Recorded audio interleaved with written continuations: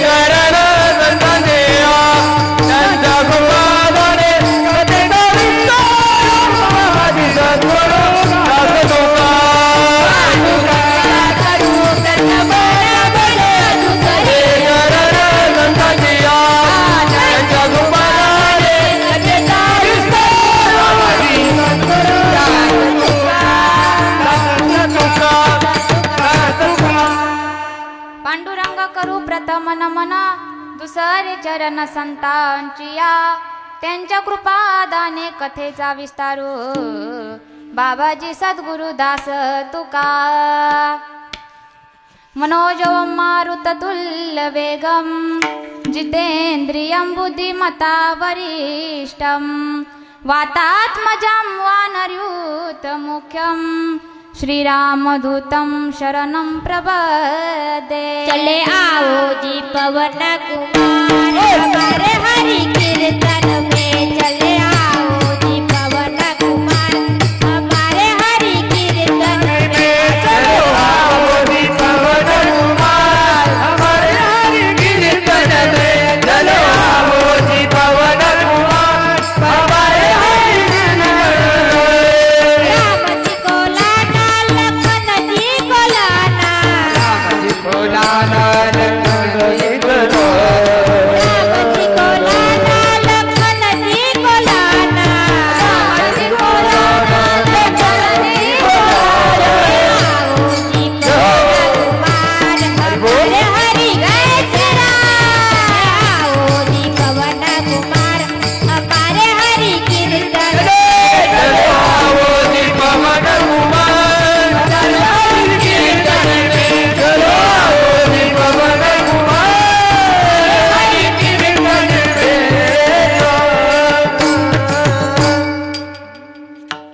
सविन्दु सिन्धु शुष्कलस्तरङ्गभङ्गरञ्जितम्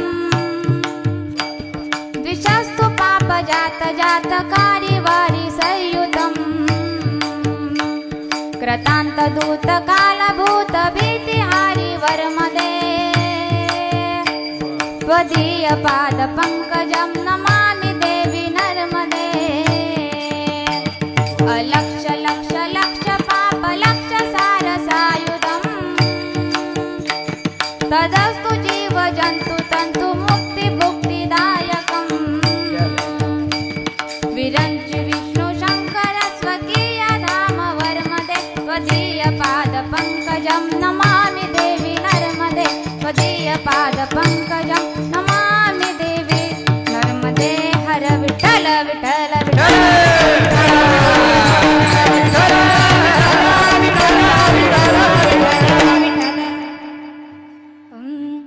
तुकाराम तुकाराम नाम घेता कापेयम धन्य तुकोबा समर्थ जेने केला हा पुरुषार्थ.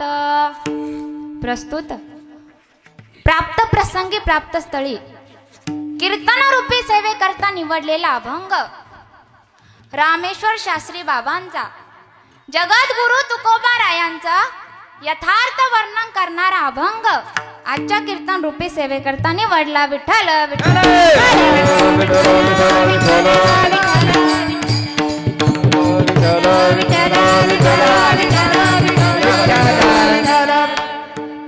कीर्तनाला सुरुवात करण्या अगोदर अल्पसा परिहार द्यायचा तो म्हणजे असा की प्रभू रामचंद्रांच्या पदस्पर्शाने पावन झालेली ही भूमी आणि या भूमीमध्ये हा चालत असलेला अखंड हरिनाम सप्ताह वर्ष 36वे आणि श्री संत जगद्गुरु तुकोबराय बीजा निमित्त हा अखंड हरिनाम सप्ताह चालू आहे. आणि या सप्ताहातील पहिल्या दिवसाची कीर्तन रूपी सेवा तुम्ही सर्व गावकऱ्यांनी माझ्याकडे दिली म्हणून तुमचे आभार मानते. तसेच माझे गुरुवर्य महाराष्ट्रातील ख्यातनाम कीर्तनकार गायनाचार्य मृदुंगाचार्य तबला विशारद हरिभक्त पारायण श्री सागरजी महाराज गुमरे तथा माझे पिताश्री तसेच माझी आई असेल माझे आजोबा असतील आणि तुम्ही सर्व टाळकरी मारकरी श्रोतेजन सर्वांच्या चरणी नतमस्तक होते आणि कीर्तन रूपी सेवेला सुरुवात मस्तक हे पायावरी मस्तक हे पायावरी या वारे करी संतांच्या या वार करी संतांच्या मस्तक हे पायावरी मस्तक हे पायावरी या वारे करी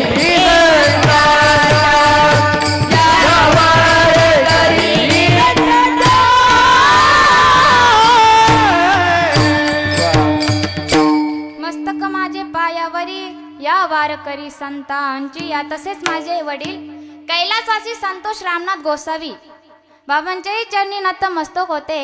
या सर्व संतांची नावं घ्यायची गरज काय, आभार मानायची गरज काय, कारण लाडकी लेक मी संतांची लाडकी लेक मी संतांची हो लाडकी लेक मी संतांची लाडकी लेक मी संतांची मजबरी कृपा बहुतांची मजबरी कृपा बहुतांची लाडकी लेक मी संतांची लाडकी लेक मी संतांची लाडकी लेक मी संतांची लाडकी लेक मी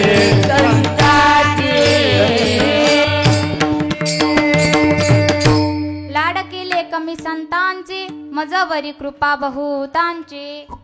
अभंग रामेश्वर शास्त्रींचा आहे. रामेश्वर शास्त्री या अभंगाद्वारे जगद्गुरु तुकोबा यांचे यथार्थ वर्णन करता. मी यथार्थ हा शब्द का वापरला, कारण बापही मुलाचं वर्णन करत असतो, आईही मुलीचं वर्णन करते, मित्रही मित्राचं वर्णन करतो, सासूही जावयाचं वर्णन करते. पण बाबा या वर्णनामध्ये कुठंतरी अतिशोक्तीपणा असू शकतो. जेव्हा बाप मुलाचं वर्णन करतो ते प्रेमापोटी करतो, आई मुलाचं वर्णन करत असते तेही वात्सल्यापोटी करते, मित्रही मित्राचं वर्णन करतो तेही जिगरीपोटी करतो. आणि जेव्हा सासू जावयाचं वर्णन करते मग 100% मधून एखादा टक्का खरा राहिला तर राहिला, नाहीतर आपल्या पोटचा गोळा आपल्या जावयाच्या घरी नांदत आहे म्हणून नाकाचा मोठी ठेवी गहाण पण राखी जावयाचा मान. मग सासूबाई ही जावयाचं वर्णन करते ते कशापोटी तर प्रेमापोटी करते. मग हे वर्णन करणं सर्व साहजिक आहे. पण जेव्हा एखादा वैरी एका वैर्याचं वर्णन करतो, म्हणून मी शब्द वापरला की रामेश्वर शास्त्री जगद्गुरु तुकोबरा यांचं यथार्थ वर्णन करतात. विठ्ठल विठ्ठल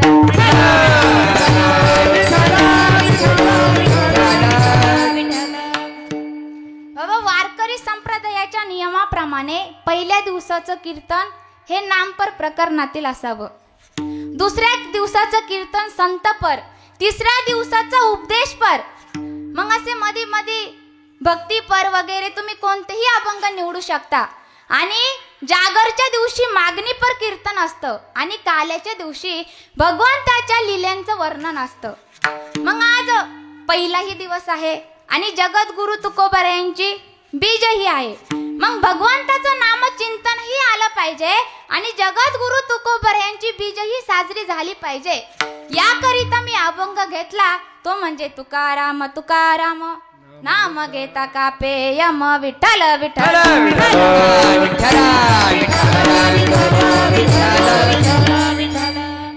मग वैरनान हे वैर्यानं वैर्याचं करावं.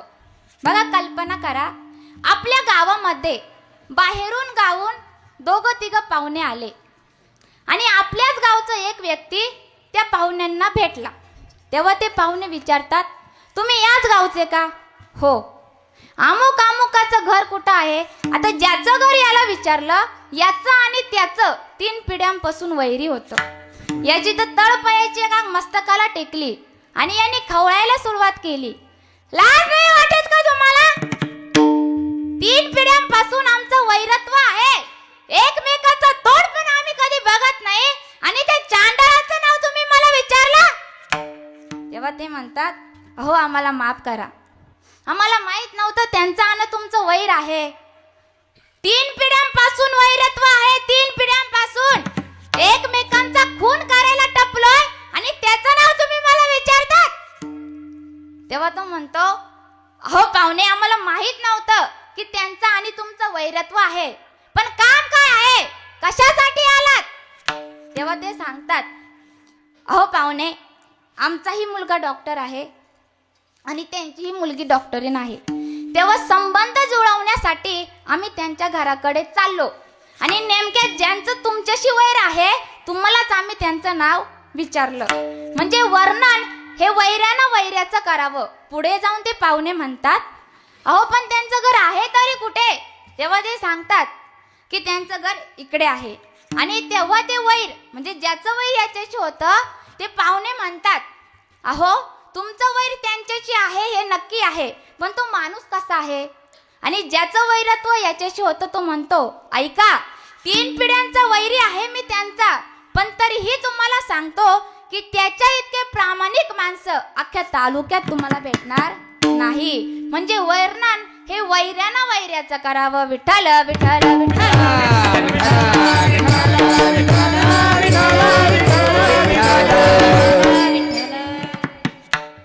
एखाद्या व्यक्तीची जवळीक तत्व साधली म्हणजे त्या व्यक्तीचं सानिध्य लादलं म्हणजे त्या व्यक्तीचं पूर्ण महत्व आपल्याला कळतं असं नाही.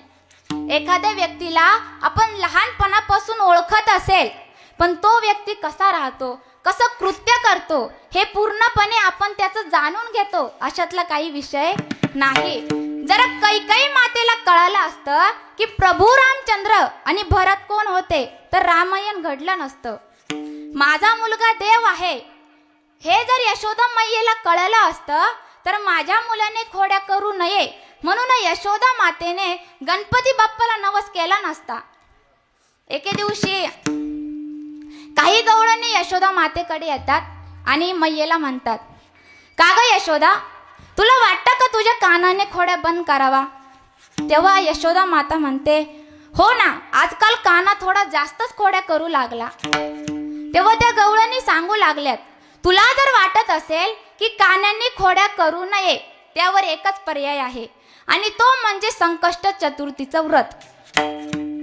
तेव्हा यशोदा मातेने 1 महिना संकष्ट चतुर्थीचं व्रत धरलं. आता हे भगवान श्रीकृष्णाला कळालं. मग गणपती बाप्पाचं महत्व वाढावं म्हणून भगवान श्रीकृष्णाने 1 महिना खोड्यांचा संप केला. 1 मास देवे खोडी नाही केली, प्रचिती ती आली यशोदेसी. भगवान श्रीकृष्णाने 1 महिना खोड्यांचा संप केला. यशोदा मैयेला वाटलं, अरे 1 महिना झालाय, कानाने एकही कोडी केली नाही, माझ्या नवसाला गणपती बाप्पा पावले. मग आता व्रताची सांगता करायची. मग यशोदा मैया रात्रभर जागी आहे. 1000 मोदक आणि 1000 लाडू याचा नैवेद्य यशोदा मातेने गणपती बाप्पाला केला. सकाळ झाली, स्नान झालं. यशोदा माता नैवेद्याचं ताट घेऊन देवघराकडे निघाल्या आणि भगवान श्रीकृष्ण यशोदा मातेचं बोट धरून होते. तेवढेच भगवान श्रीकृष्ण म्हणतात, मैया मला 1 लाडू आणि मोदक दे ना ग.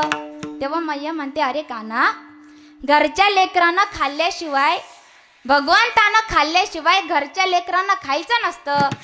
तेव्हा भगवान श्रीकृष्ण मनातल्या मनात म्हणतात, अगं आई, मीच देवांचा देव आहे हे तुला कळत नाही तर त्याला मी तरी काय करू. मग यशोदा मातेच्या लक्षात आलं की ती काहीतरी पदार्थांची त्रुटी आणि तूप हे स्वयंपाक घरातच विसरून आली. यशोदा माता कानाला म्हणते, अरे काना, मी काही पदार्थ आणि तूप हे स्वयंपाक घरातच विसरून आलेली आहे. एक काम कर, मी ते तूप आणि पदार्थ घेऊन येते, तोपर्यंत तू इथं लक्ष ठेव. बघ, इथं मोदक आणि लाडू आहे, एखादी मांजर बिंजर येईल बर का. भगवान श्रीकृष्ण मनातल्या मनात म्हणतात, अगं आई, इथं एवढा मोठा बोक्या उपस्थित असताना मांजराची यायची काय मजाल आहे. तेव्हा यशोदा माता तूप आणि पदार्थ आणण्याकरता स्वयंपाक घरामध्ये जातात. तोपर्यंत भगवान श्रीकृष्ण गणपती बाप्पाला धमकावायला सुरुवात करतात.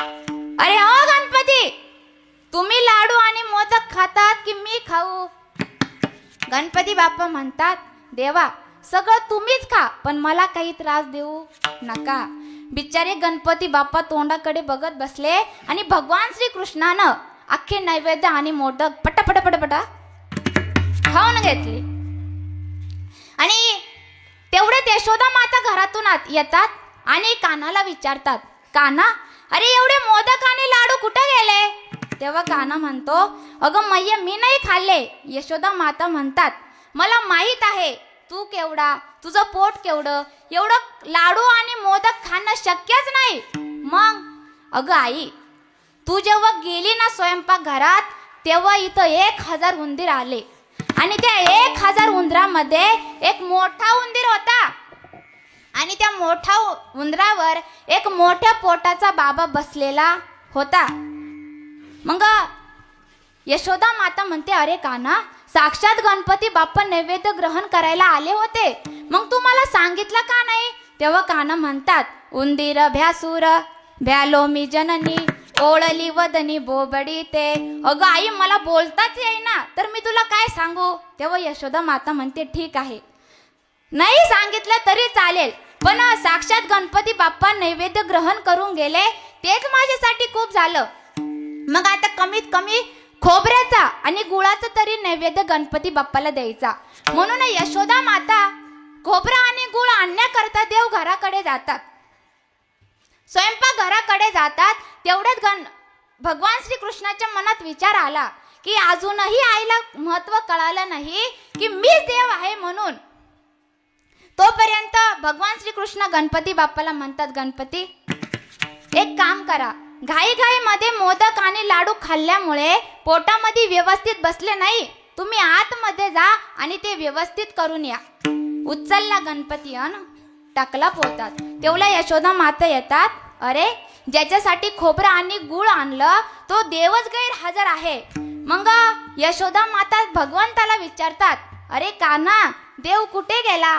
तेव्हा भगवान श्रीकृष्ण हसू लागले.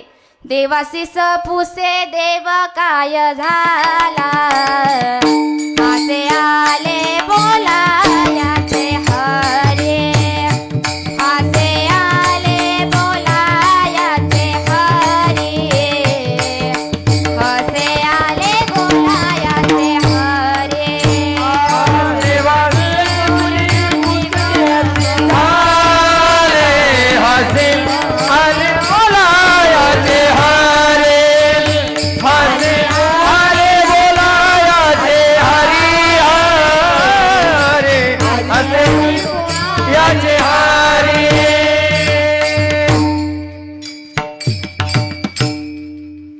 म्हणजे ज्या ठिकाणी आईला कळलं नाही की माझा मुलगा कोण आहे, त्या ठिकाणी जगाला साधू कसा कळणार? विठ्ठल विठ्ठल विठ्ठल.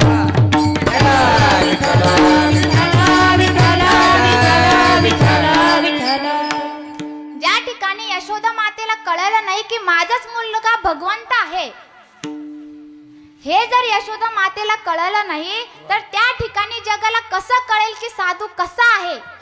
संत नव्हती जगा मानसाच्या सारिखे, संत नव्हती जगा मानसाच्या सारिखे, नव्हती जगा माणसाच्या सारिखे, संत नव्हती जगा माणसाच्या सारिखे. समुद्र नदीने पहिला, तुझे पहिला म्हणून निघा, संत नव्हती जगा मानसाच्या सारिखे, संत नव्हती जगा मानसाच्या सारिखे, नव्हती जगा माणसाच्या सारिखे, संत नव्हती जगा माणसाच्या सारिखे. आपल्यासारखेच व्यवहार करतात, आपल्यासारखेच कपडे घालतात, आपल्यासारखेच राहतात, पण त्यांना सामान्य मानव म्हणता येत नाही. तुम्हा सर्वांना माहित असेल केंदूरचे कान्हो पाटक नावाचे संत. पूर्वीच्या काळी केंदूर गाव होतं आणि त्या गावामध्ये एक कान्हो पाटक नावाचे संत राहत होते. कान्हो पाटकांची कीर्ती ही थेट काशीपर्यंत जाऊन पोहोचलेली होती आणि त्या काळी काशीचे एक विद्वान पंडित कान्हो पाटकांच्या भेटीकरिता काशीवरतून कांदोर गावाकडे निघाले. आणि सकाळची 8:30ची वेळ होती. कान्हो पाटक आपल्या ओट्यावरती त्यांची मुलं खेळवत बसलेले होते. 2 जण मांडीवर, 1 जण खांद्यावर आणि 1 जण पाठीवर, अशी 4-5 मुलं खेळवत कान्हो पाटक घराच्या बाहेर बसलेले होते. तेवढ्यात काशीचे विद्वान पंडित येतात आणि नेमक्या कान्हो पाटकांनाच विचारतात, हे केंदूरच गाव का? हो. काशी हे केंदूरच गाव का? हो. तेव्हा काशीचे पंडित विचारतात, इथे कान्हो पाटक नावाचे संत कुठे राहतात? कान्हो पाटक उठून उभे राहतात. कान्हो पाटक, अहो कान्हो पाटक तर मीच आहे. तू आणि कान्हो पाटक?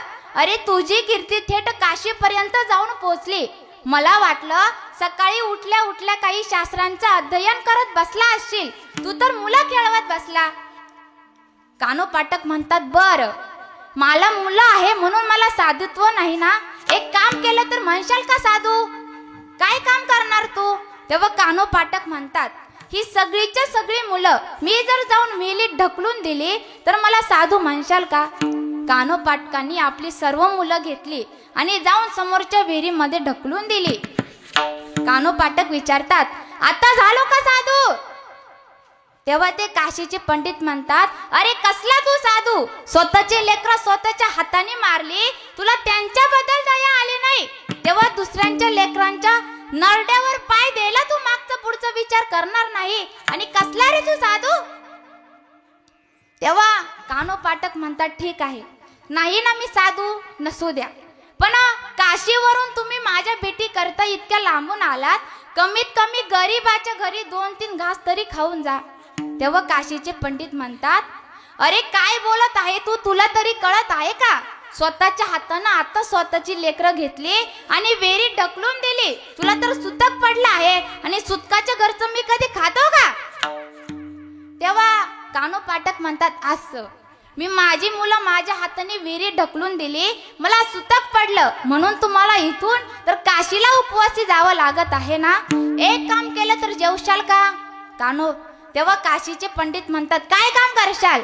सगळीचे सगळी मुलं जर विहिरीतून जिवंत काढली तर म्हणशाल का साधू? तेव्हा कान्हो पाटकांनी हाक मारली, अरे ओ मुलांनो, काशीचे विद्वान पंडित आले, काशीचे विद्वान. आणि सुतक पडल्यामुळे ते आपल्या घरून उपवासी जात आहेत. तुम्ही पटापट बाहेर या. जशी बाहेरून हाक मारल्यानंतर घरातून मुलं पळत येतात, तशीच कान्हो पाटकांनी हाक मारल्यानंतर विहिरीतून सगळी पोरं जिवंत बाहेर पळत आली. म्हणजे मुलांना मारणं ज्याच्याकडे इतकी संसाराची अनाशक्ती आहे आणि परत तीच मुलं विहिरीतून बाहेर जिवंत काढणं ज्याच्याकडे इतकी दैवी शक्ती आहे त्यांना सामान्य म्हणता येणार नाही. म्हणून संत नव्हती जगा संत नव्हती जगा माणसाच्या सारखे.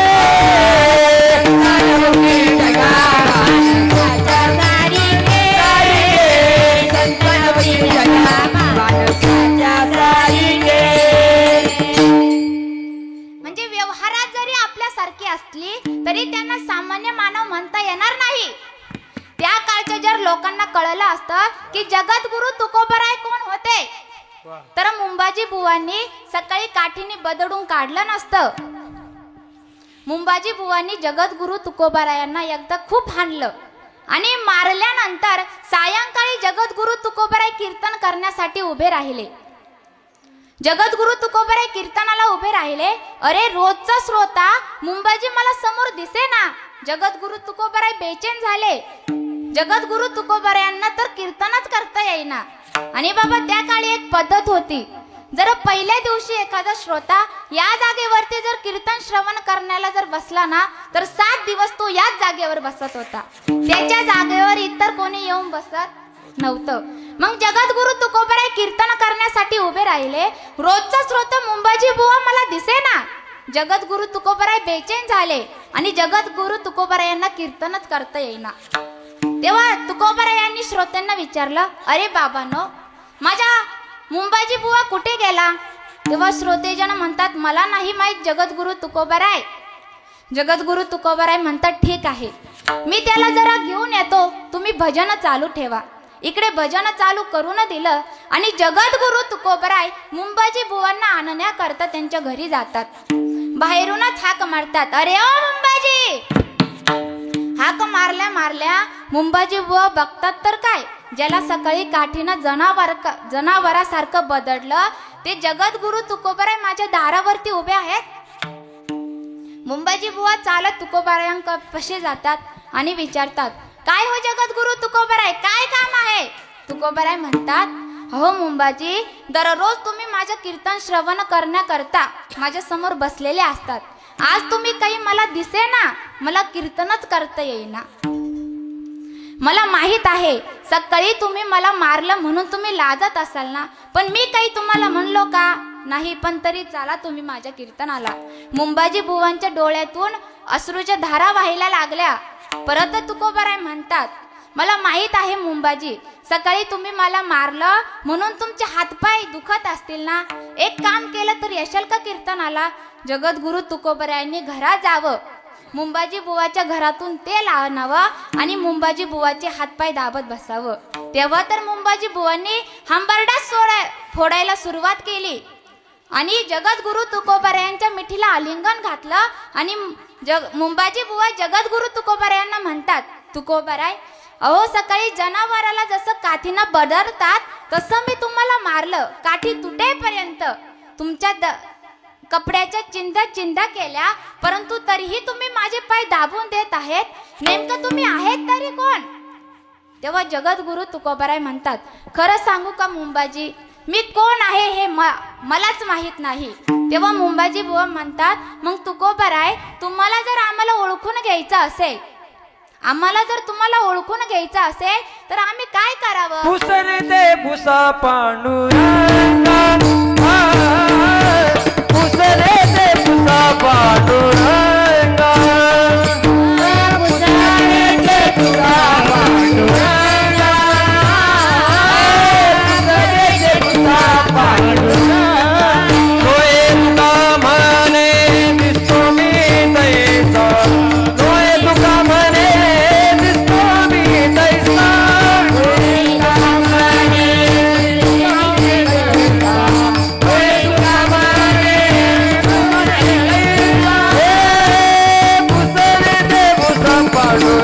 पांडुरंगा, पुसरे पुसा पांडुरंगा, पुसा पांडुरंगा, पुसरे पुसा पांडुरंगा.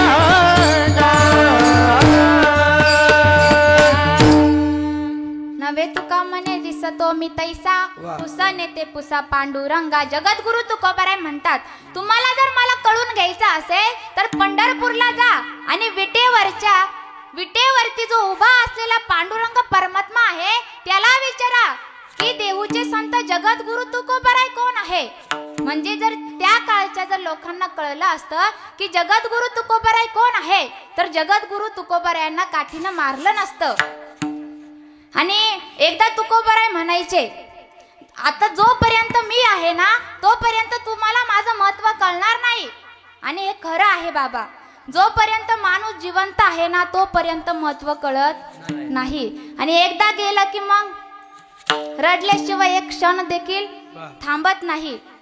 गए हुए वापस कभी आते नहीं, गए हुए वापस कधी आते नहीं, उनकी याद आती है. म्हणजे जगद्गुरु तुकोबाराय म्हणायचे, जोपर्यंत मी आहे ना तोपर्यंत तुम्हाला माझं महत्व कळणार नाही.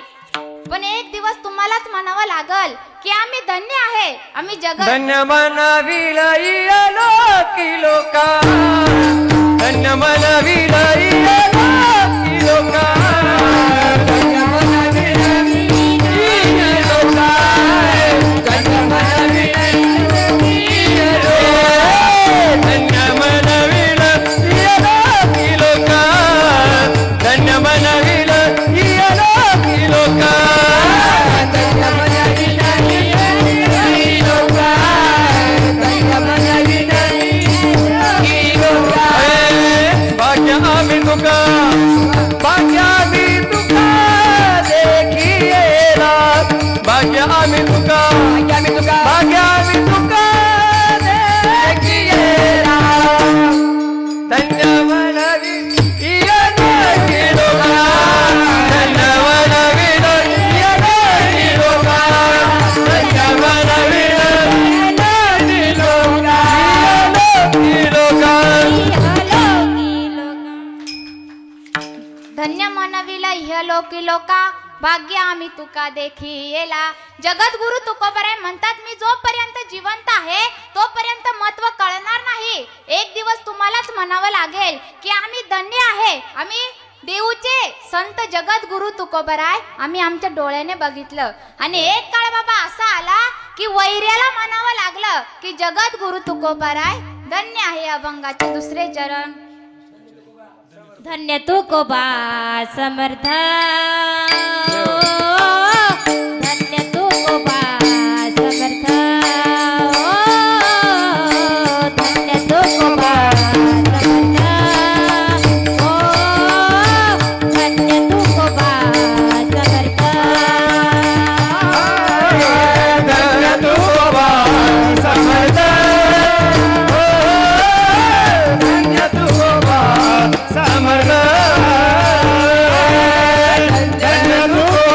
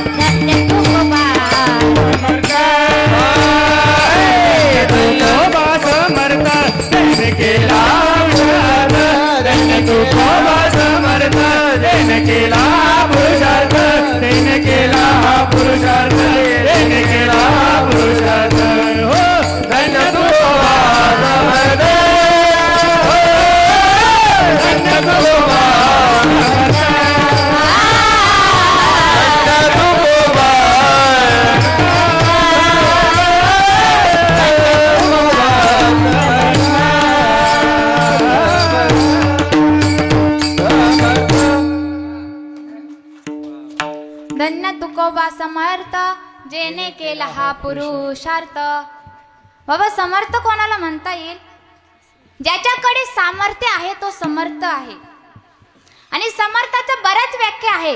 त्यापैकी एक व्याख्या मी तुम्हाला सांगते. म्या चालविल्या सूर्य चाले, म्या हलविल्या प्राणू हाले, म्या बोलवित्या वेद बोले, जो जगाते चाळीता. जेवढी सामर्थ्य माझ्या भगवंताच्या नामामध्ये आहे तेवढंच सामर्थ्य माझ्या जगद्गुरु तुकोबा यांच्या नामामध्ये आहे. म्हणून त्यांना समर्थ म्हणतात. विठ्ठल विठ्ठल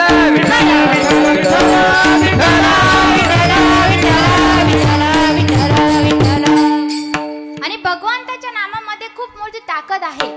बघा भगवंताच्या नामामध्ये किती ताकद आहे. ज्या प्रकारे गवताच्या हजारो गंजा असतील आणि त्या गवताच्या हजारो गंजांना जर माचीसची फक्त एकच काडी ओढली तर हजारो गंजांच्या पापांना ती एका क्षणात भस्मसात करून टाकते. तशीच आपल्या जीवनात जर आपल्याला भगवंताच्या नामाची एक नाम काडी मिळाली तर आपल्या अनंत जन्माच्या पापांना ती एका क्षणात भस्मसात करून टाकते. माऊली हरिपाठामध्ये वर्णन करतात. तृणग्नी मेळे समरस झाले, तृणग्नी मेळे समरस झाले.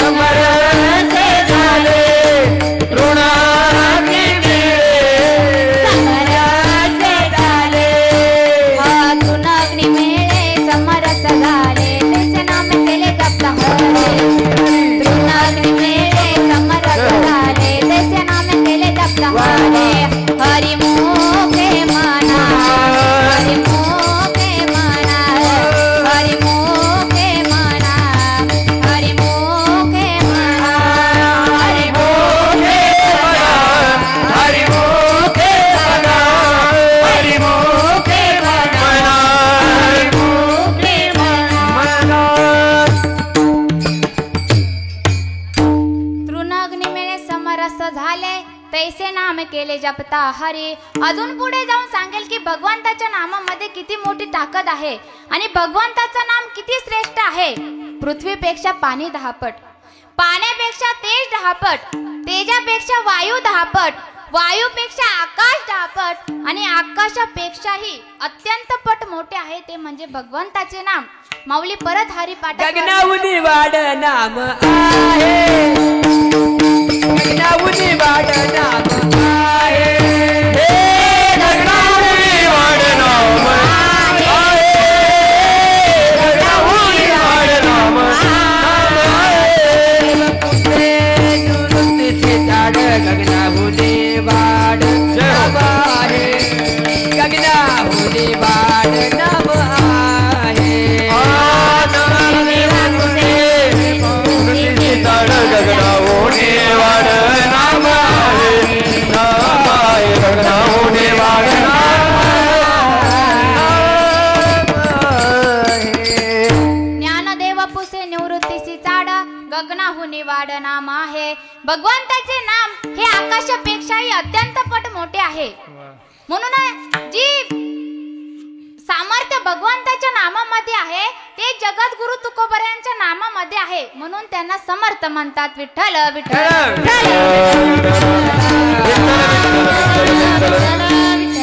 एक दिवशी काय होतं, यमराजा यमदूतांना बोलवून त्यांच्याकडे एक चिठ्ठी देतात आणि यमदूतांना आज्ञा सोडतात की जा रे दूतांनो, मृत्यू लोकावरती जा आणि आपल्या गिराईकांना घेऊन या.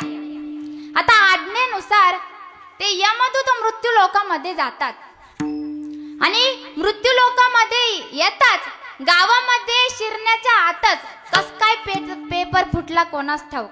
आता ज्यांचे नाव यादीत होते त्यांना कळालं की आपले नाव यमलोकाच्या यादीमध्ये लागलेले आहे आणि आपल्याला नेण्याकरता यमदूत येतच आहे. मग आता वाचायचं आहे. मग ज्यांचे ज्यांचे नाव यादीत होते सगळेचे सगळे पंढरपुरात निघाले. जाऊन पंढरपुरात पोहोचले आणि तेवढ्यात नामदेवरायांची दिंडी तिथे त्यांना दिसली. आता नामदेवरायांची दिंडी बघताच ज्यांचे ज्यांचे नाव यादीत होते सर्वजण नामदेवरायांकडे जातात. नामदेव महाराज, अहो आमचे नाव यमदूतांच्या यादीला लागलेले आहे आणि आम्हाला नेण्याकरता यमदूत येत आहे. आम्हाला मरायचं नाही हो, वाचण्याकरता काहीतरी उपाय सांगा. नामदेवराय म्हणतात, तुम्हाला वाचायचं असेल तर तुम्हाला माळ आधी घालावी लागेल. यादीतले म्हणतात, नामदेवराया वाचण्यासाठी जर माळ घालावी लागत असेल तर एक एक सोडून दोन दोन घालतो, पण आम्हाला काही करू ना वाचवा. प्रत्येकानं सदऱ्याच्या वरून दोन दोन माळा घातल्या बर का बाबा. सदऱ्याच्या वरून प्रत्येकानं वाचण्यासाठी दोन दोन माळा घातल्या. कपाळाला गोपीचंद टिळा लावला आणि हातामध्ये पताका घेतला. तेवढ्यात यमदूत गावामध्ये पोहोचतात आणि विचारतात, अमुक अमुक पंढरपूर, अमुक अमुक पंढरपूर, अमुक अमुक पंढरपूर. यमदूत मनातल्या मनात विचार करतात, आजपर्यंत जो कधी कीर्तन ऐकायला गेला नाही, आजपर्यंत ज्यानं कधी प्रवचन ऐकलं नाही, आजपर्यंत गावातला एकही तमाशा चुकवला नाही आणि तो आज पंढरपुरात गेला. यमदूत तिथून निघाले तर डायरेक्ट पंढरपूर येऊन पंढरपुरामध्ये पोहोचतात. बघतात तर काय, ज्यांचे नाव यादीला आहे ते नामदेवरायांच्या दिंडीत. नामदेवरायांनी यमदूतांना बघितलं.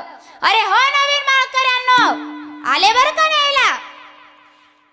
तेवढ्यात माळकरी म्हणतात, नामदेवराय आता ते तर आम्हाला न्यायला आले, मग आता आम्ही काय करायचं. नामदेवराय म्हणतात, तुम्हाला जर वाचायचं असेल ना तर हातातली पताका उंच करा. प्रत्येकानं आपली हातातली पताका उंच केली आणि पताका बघताच यमदूत पळत सुटले आणि येऊन वाखरीपर्यंत पोहोचले. तेवढ्यात तिथं परत त्यांनी मीटिंग भरवली. असं जर घाबरून जर आपण पळून गेलो तर कामावरून हाकलून देतील ना. मग आता काही झालं तरी गिरायकांना घेऊन वरती जायचं. आता ठरलं, त्यांचं पक्क ठरलं आणि परत सगळ्याचे सगळे पंढरपुरात निघाले. नामदेवरायांनी यमदूतांना बघितलं. अरे हो माळकऱ्यांनो, आले बर का परत. मग आता पताका उंच करून जमणार नाही. मग त्या भगवंताचं नामचिंतन करावं लागेल. पुंडलिक वरदारी विठ्ठल श्री ज्ञानदेव तुकाराम.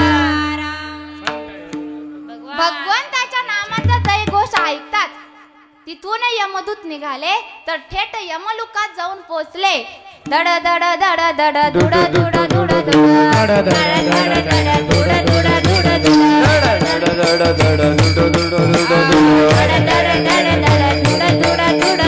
फळ सुटला करे काबा पुढे अरे शिवनाम जगन मुखी शिवनाम शिवमुखी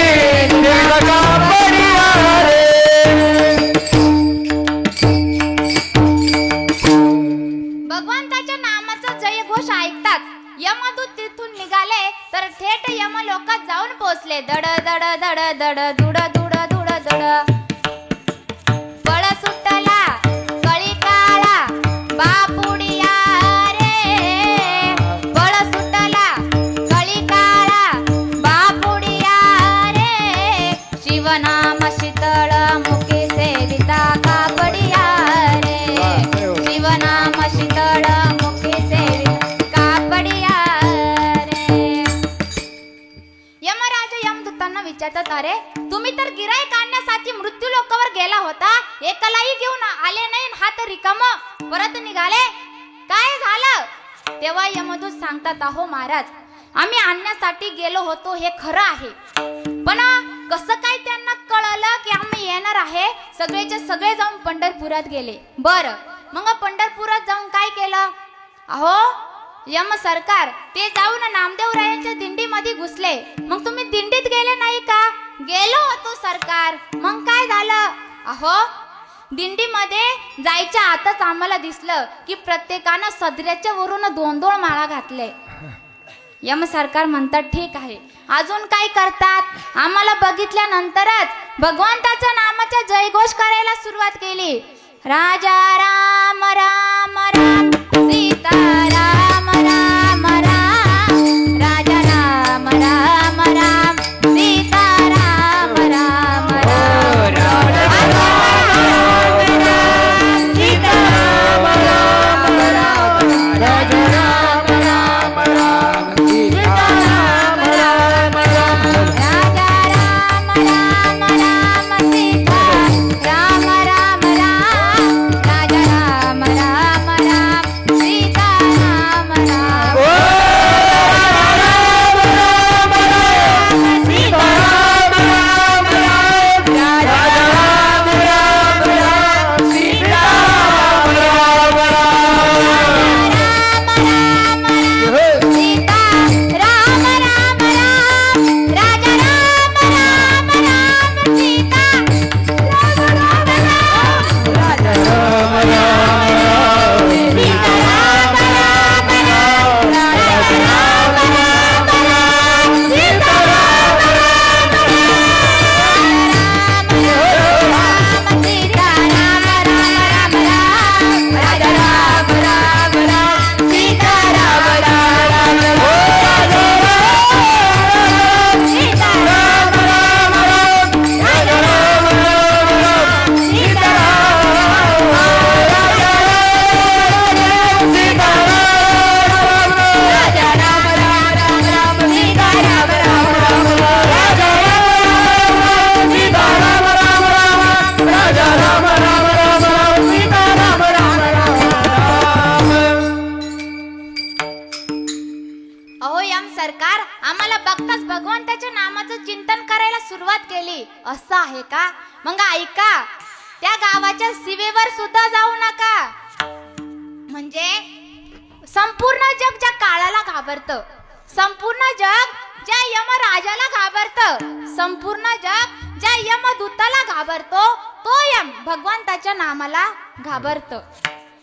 म्हणजे संपूर्ण जग ज्या काळाला घाबरतो, तो यम सरकार भगवंताच्या नामाला घाबरतात, म्हणून भगवंताला समर्थ म्हणतात.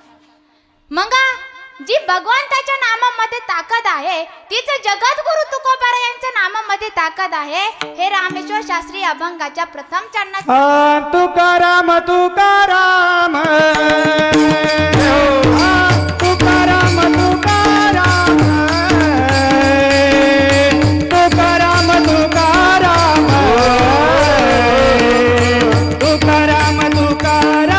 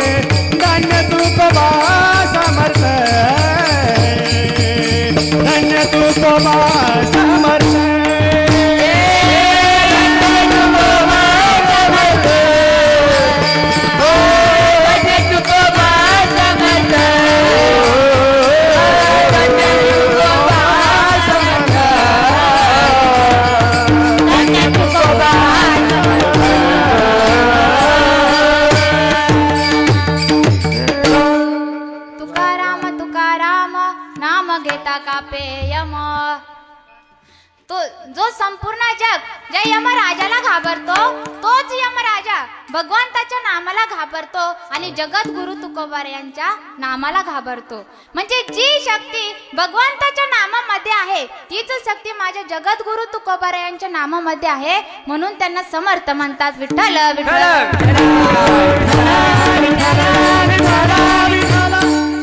समर्थाच्या बऱ्याच व्याख्या आहे, त्यातली अजून एक व्याख्या सांगते. जो संपूर्ण जगाला पूर्णत्व अर्पण करून तो कधीही अपूर्णत्व राहत नाही त्याला समर्थ म्हणतात. ज्याच्याकडे सामर्थ्य आहे तो समर्थ आहे. विठ्ठल विठ्ठल विठ्ठल.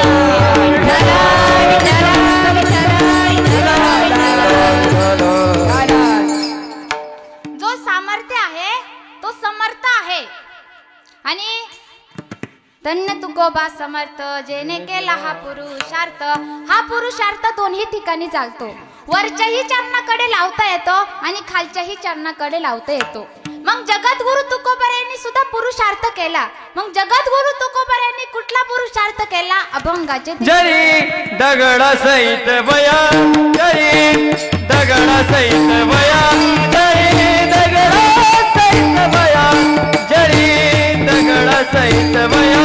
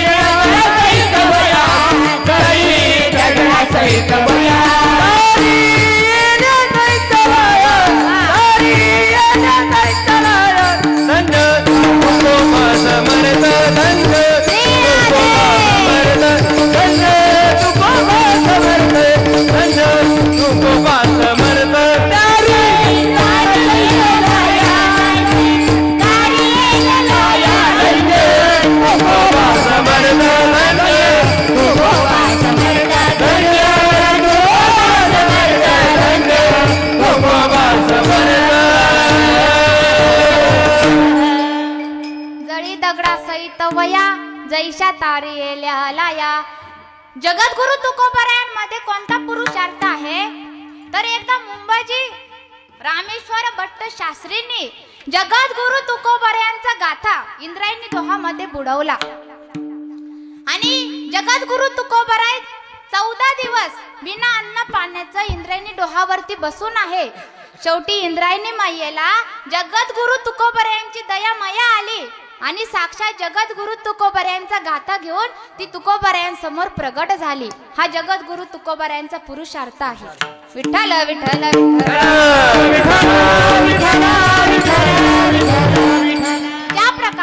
ज्या प्रकारे भगवंताच्या नामाने पाण्यामध्ये दगड तरंगली, ज्या प्रकारे भगवंताच्या नावामध्ये पाण्याने दगड तरंगली, तर त्याचं नाव घेतल्यानंतर तुम्ही आम्ही का तरणार नाही? म्हणजे ज्या प्रकारे भगवंताच्या नामाने पाण्यामध्ये दगड तरंगली, ज्या प्रकारे पाण्यामध्ये लाया टाकल्याच्या नंतर ज्या वरती तरंगतात, तसंच माझ्या तुकोबार यांचा गाथा पाण्यावरती तरला गेला. विठ्ठल विठ्ठल विठ्ठल. म्हणजे जी शक्ती भगवंताच्या नामामध्ये आहे तीच शक्ती जगद्गुरु तुकोबार यांच्या नामामध्ये आहे. म्हणून त्यांना सामर्थ्य म्हणतात. मग आपण सगळेजण एकदा त्या भगवंताचं नामचिंतन करू. प्रत्येकानं आपले हात वरती घ्यायचे. जो ज्याचे हात वरती करणार नाही त्याला त्याच्या शेजारच्याची विठोबा रखुमाई.